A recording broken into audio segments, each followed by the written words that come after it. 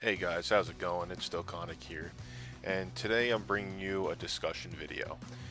So I've been watching a lot of YouTubers for the past day or two, and the biggest thing that's been being talked about, and even on the subreddit, is about the current state of Dokkan Battle.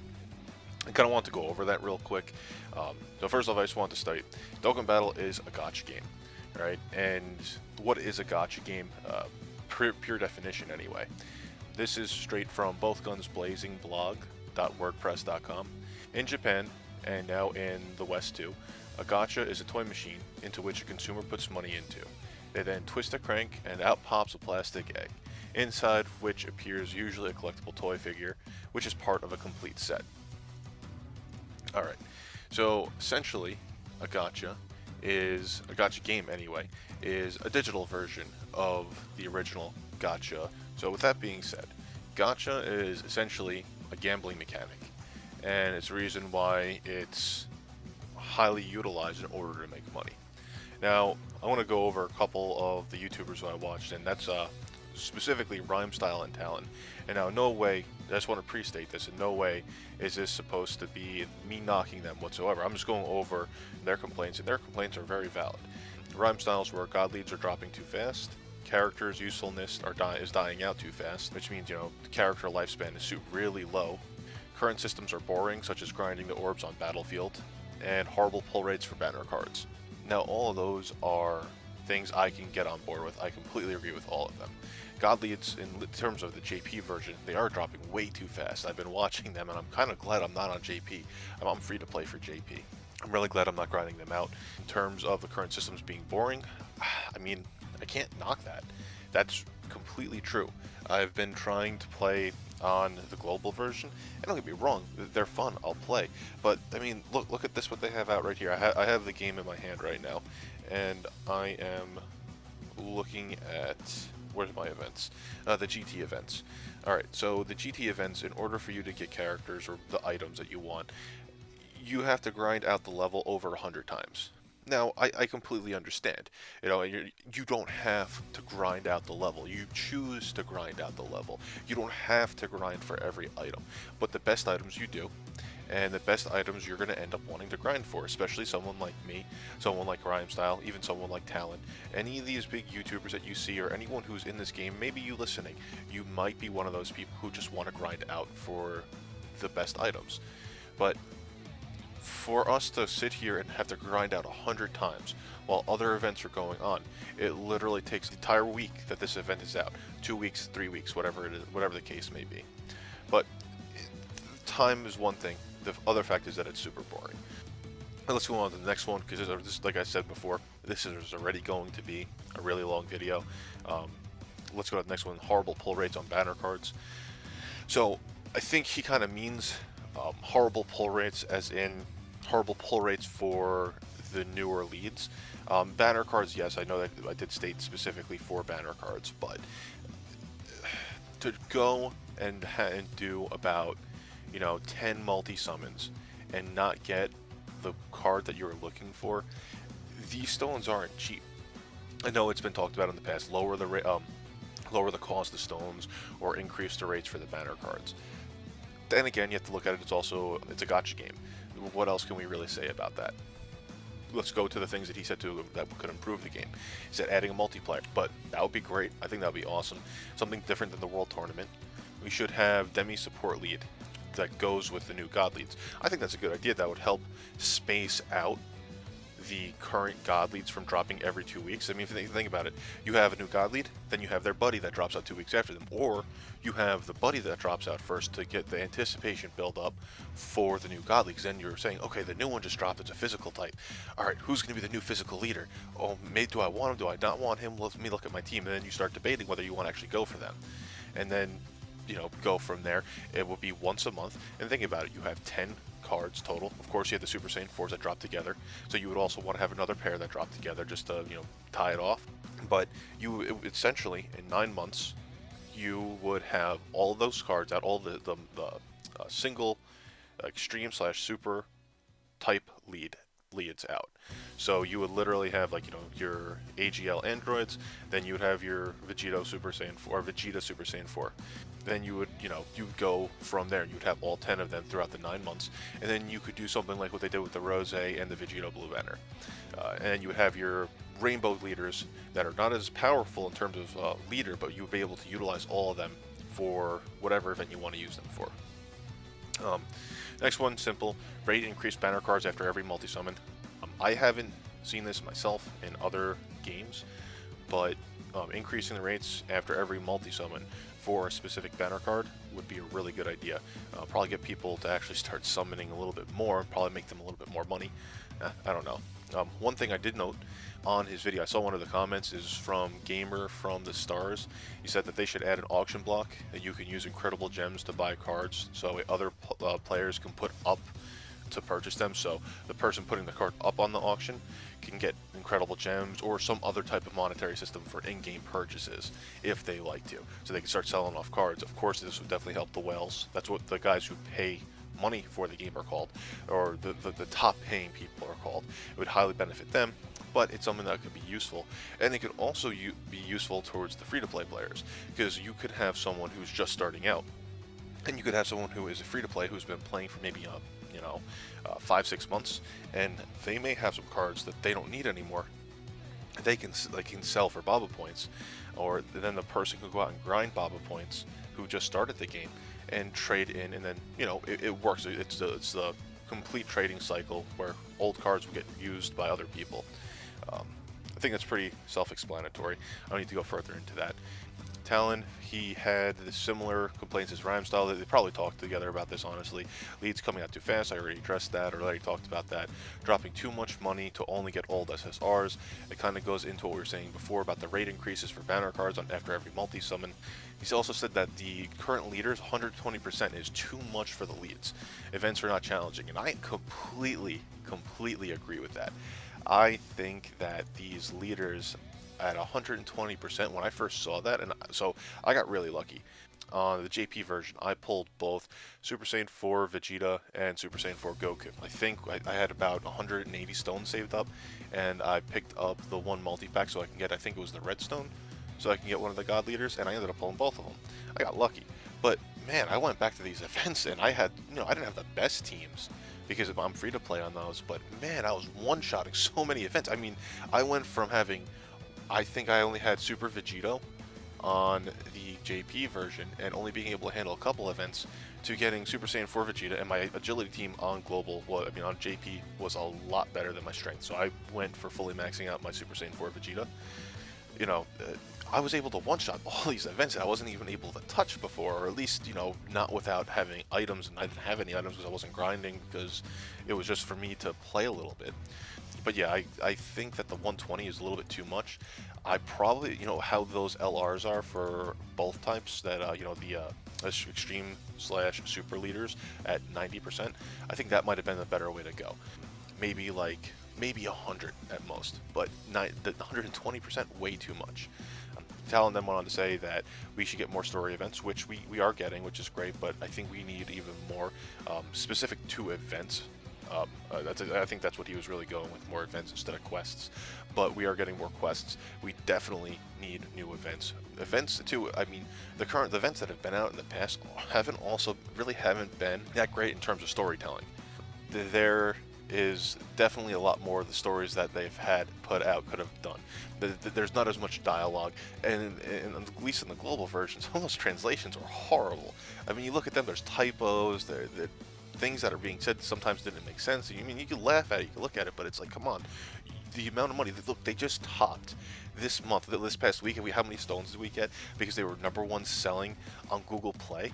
Like, what? You know how much money they had to have made to be #1 selling? And you can't find someone that's not going to put a typo in the game? Come on, guys. Let's see, making new events such as team-up raids.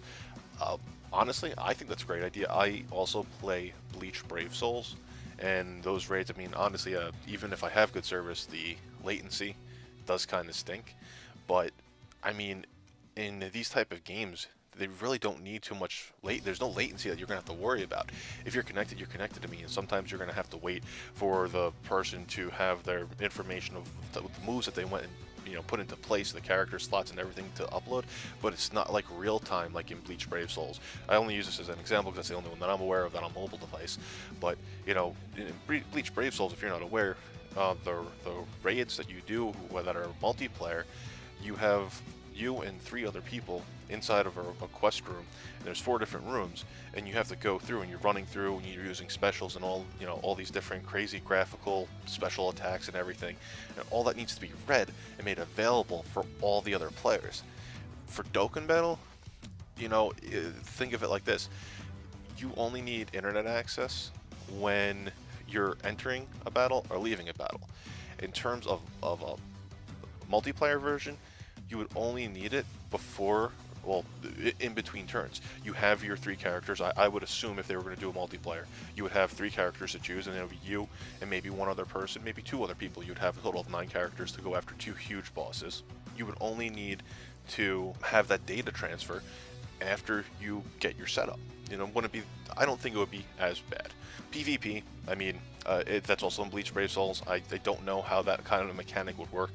I don't really think it would be that great, at least based on the current mechanics of Dokkan Battle. I don't think it would be that great. I mean, we kind of have that with the World Tournament. You see how that works.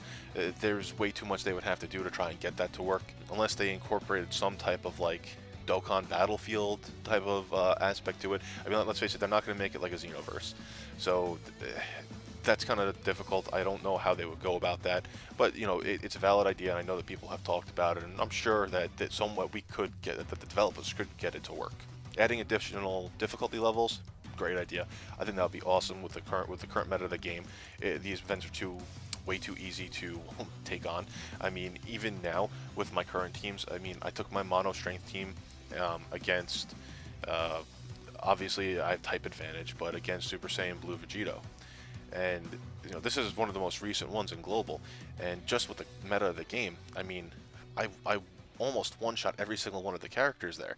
There was a time where I hit critical every single round. Of course, that's luck based. That's completely luck based, and I get it. I also have some OP characters, super attack 10s, and dupe system has unlocked with high crits and whatnot. But I mean, with all that done, I mean, I'm one-shotting almost every single event on the newest one, and I have nothing to worry about. I don't need any items. I don't need to do anything. I mean, I don't know. I think increasing the additional the difficulty of the levels.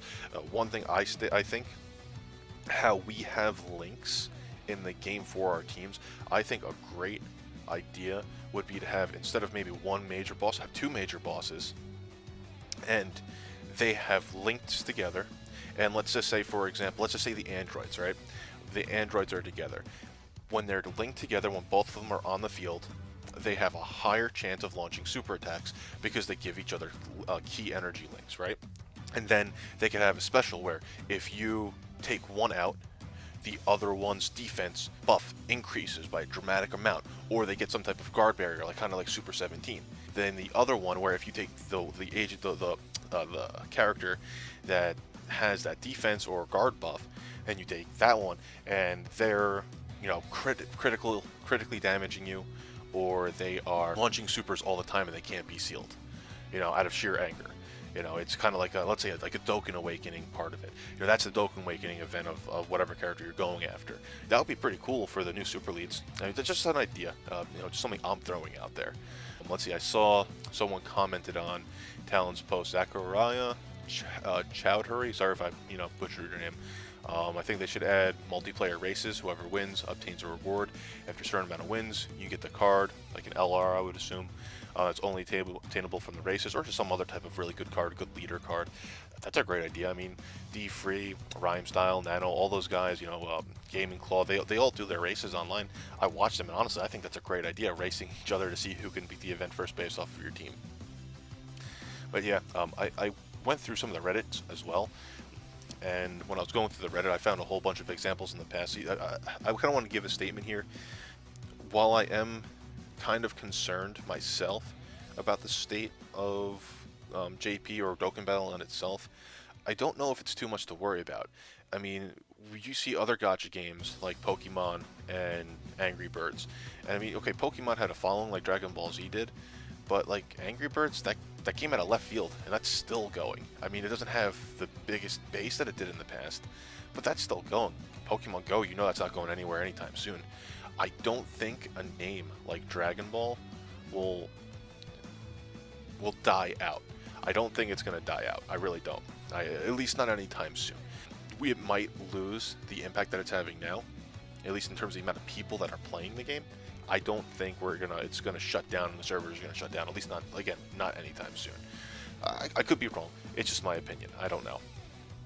Again, when I was going back to right before I said that, I was going through the Reddit for some examples in the past, just for, to compare it to what we were concerned about a while ago. 7 months ago, the biggest concerns were login rewards weren't large, that they started getting stingy with the Dragon Stones. There's not enough story events, that means events and quests, and there's no use for the duplicate cards that you get in the system. Now, I mean, if you look at our login rewards now, I mean, they're still not amazing. Don't get me wrong, it's a gacha game. They're not going to give you stones for free. And I know that. I believe Talon already said it, and I'm sure there are other people who already said it. It's a gacha game. You are not going to get free stones all the time. Maybe they should start giving us a little bit more, more events that we can grind out to get us more stones. I mean, so, for instance, that boss rush, maybe have it renew every month. Every month you can run the boss rush, and if you beat it, you get those Dragonstone prizes again, and maybe make it for all of them. Maybe I think that in terms of how many stones that you won each one, I think it was good for maybe 2 multi-summons, maybe 3, but that would be a good idea. 2-3 multi-summons a month, or make it every 2 months. Have it renew like with the Baba Shop. Have it renew every 2 months when the Baba Shop items renew. I believe, okay, don't quote me on that. I didn't actually do the research on that specifically to find out when the Baba Shop renews. I think that it's every 2 months. But have a set increment where the boss rush events revitalize, where you can get those Dragon Stones again. I mean, going back even 7 months ago, though, the issue of duplicate cards has been taken care of, and we're getting prizes. We've gotten a lot of Dragon Stones recently. Those issues have been addressed, so Bandi Namco is paying attention. The biggest complaint right now is that there's nothing for free-to-play players to do. At least in terms of right now, that's on the subreddit. I went through a whole bunch of different posts, and the biggest complaint that I saw from a whole bunch of people is there's nothing for free-to-play. I can agree with that, and I kind of want to agree with that. At the same time, I don't. Think of it like this: even if you are a free-to-play player, unless you've stuck with a game and you have a whole bunch of cards that you really enjoy playing with, what's to stop you from re-rolling? I'm not, I don't mean to be the jerk about it, but really, what's stopping you from re-rolling the account to get the newest meta of cards?